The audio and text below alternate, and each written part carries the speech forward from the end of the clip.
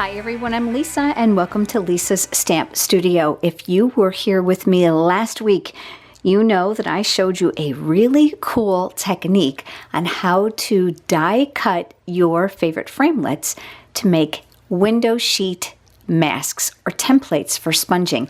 This was one of the ones that I shared, and I promised that I would be back this week to teach you another technique, and it's called gilding. Now you might be thinking, gilding, I guess I don't understand what that is. Well, it involves an embossing technique. So I've got some trays here that I'm going to bring in.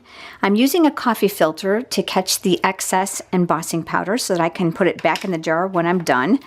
And you're probably going to ask about these trays, and I do want to let you know that they are retired with Stampin' Up. Yeah, we did sell them at one time, not anymore. You may or may not want to use a paintbrush. I'm going to show you two different ways to do the gilding, and then you can decide which way is best for you or for your project. So I'm going to set that to the side, and you're going to need Versamark ink. And so let's say you have your image or your card all ready to go and you want to do the gilding. All right, so we're going to tap the edge of the paper right on the Versamark, creating it right across the edge. All right, getting it good and sticky.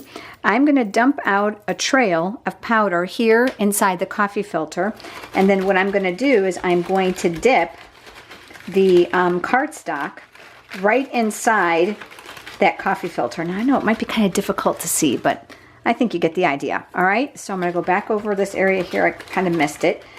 The cardstock is pliable, so that works really, really good. I'm going to cap this, and I'm going to move this out of the way because I need to use the heat tool, and I don't want this to blow all over. All right, so the heat tool has two settings. There's a low and a high. This is high. And once the gun is heated up, you're going to notice that this is going to work extremely quickly, and we can keep doing all four sides. So I'm going to do two for you today, but I'm going to do them different. So the first one is this. I'm just waiting for my gun to get warm here. And it's going to take that silver powder and it's going to turn it to a foil. And I'm going to rub it across the end until it gets finished.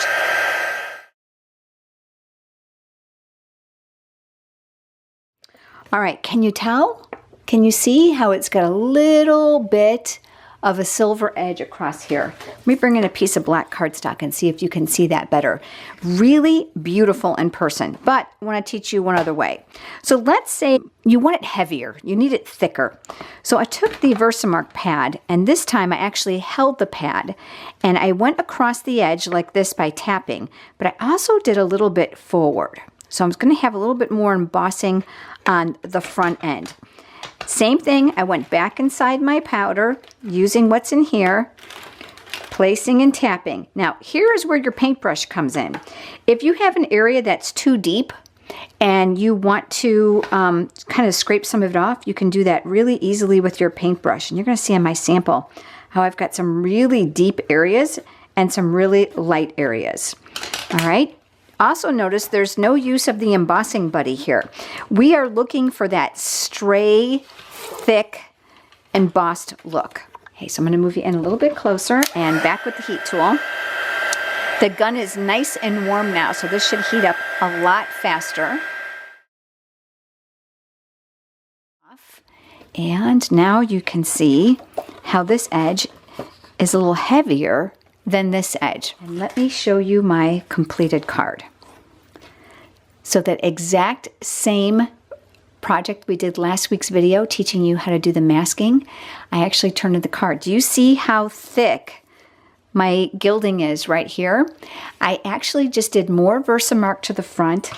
I took that paintbrush and I brushed away little sections, did a little bit on both sides and a little shallower at the top and the bottom, but really fun and really a great way to make your projects look distressed. Can you imagine trying this in copper or even gold for a really fun finish?